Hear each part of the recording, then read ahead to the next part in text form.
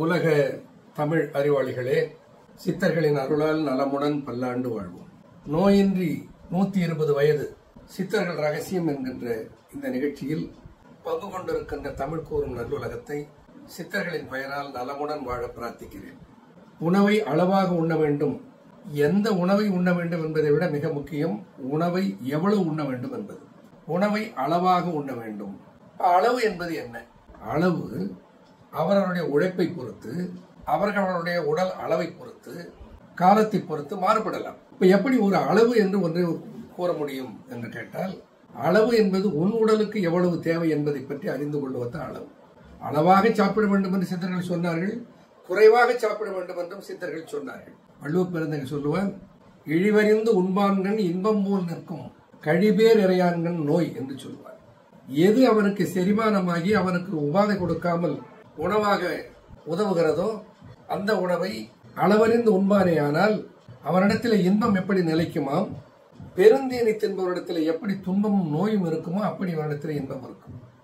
அதை எப்படி சொல்லுவார், இழிவறிந்து உண்பவரிடத்தில் இன்பம் எப்படி இருக்குமோ அப்படித்தான் கழிபேர் இறை உண்பவரிடத்தில் நோய் இருக்கும் என்று சொல்லுவார். தீ அளவின்றி தெரியான் பெரிது உண்ணின் நோய் அளவின்றி படும் என்றும் வள்ளுவன் ஒரு இடத்திலே குறிப்பிடுவார். தீ நமக்கு எவ்வளவு எனர்ஜி தேவை என்பதை சொல்லுகிற அளவு தீ. நம் தேவைக்கு மேல எனர்ஜி உடைய உணவை உண்மையானால் அது உடலிலே சேமிக்கப்பட்டு அதனாலே நோய்கள் வரும்.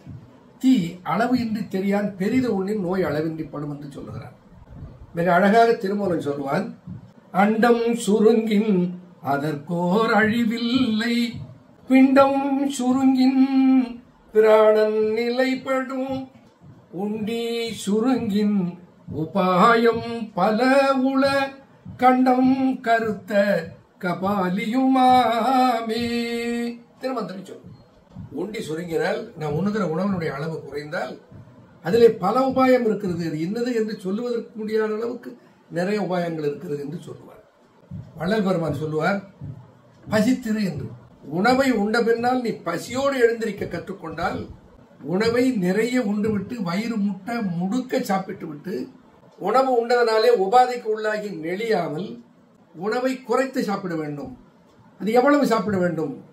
கிராமப்புறத்திலே கூட அந்த பழமொழியை சொல்வார், உணவை அரை வயிறு சாப்பிட வேண்டும், கால் வயிறு தண்ணீர் இருக்க வேண்டும், கால் வயிறு அந்த உணவு நன்றாக கலக்கப்படுவதற்கு என்சைம்களோடு அது சேர்ந்து மயமாவதற்கு கால் வயிறு காலியாக இருக்க வேண்டும். கால் வயிறு காலி, கால் வயிறு தண்ணி, அரை வயிறு உணவு என்பது கிராமப்புறத்தில் கூட சாதாரண மக்கள் சொல்லுகிற ஒரு அளவு.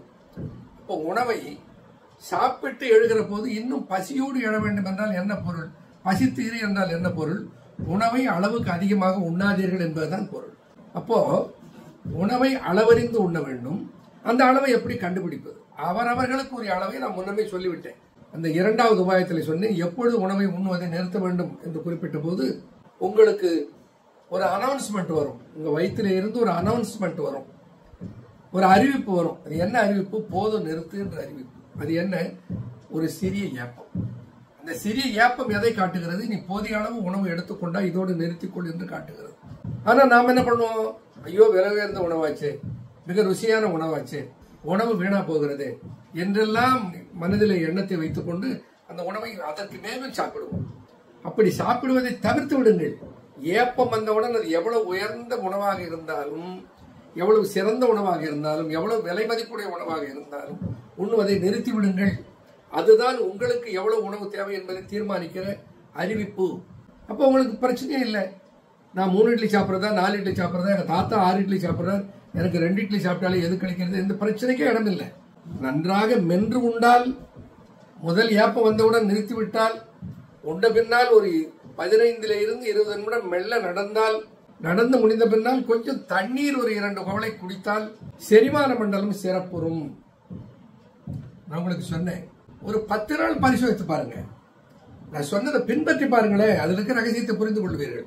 சித்தர்கள் சொன்னதை அனுபவித்து பார்த்து, அந்த அனுபவித்து பார்த்து கண்ட உண்மைகளை உங்களோடு நான் பகிர்ந்து கொள்கிறேன் என்பதை நீங்களும் புரிந்து கொள்வீர்கள். ஆகையினாலே உணவு எவ்வளவு என்பதற்கு உங்களுக்கு கொடுக்கப்பட்டிருக்கிற அளவுகோல் என்னவென்றால், ஏப்பம் வந்ததும் உண்பதை நிறுத்தி விடுங்கள், எந்த உணவாக இருந்தால். நன்றி, வணக்கம்.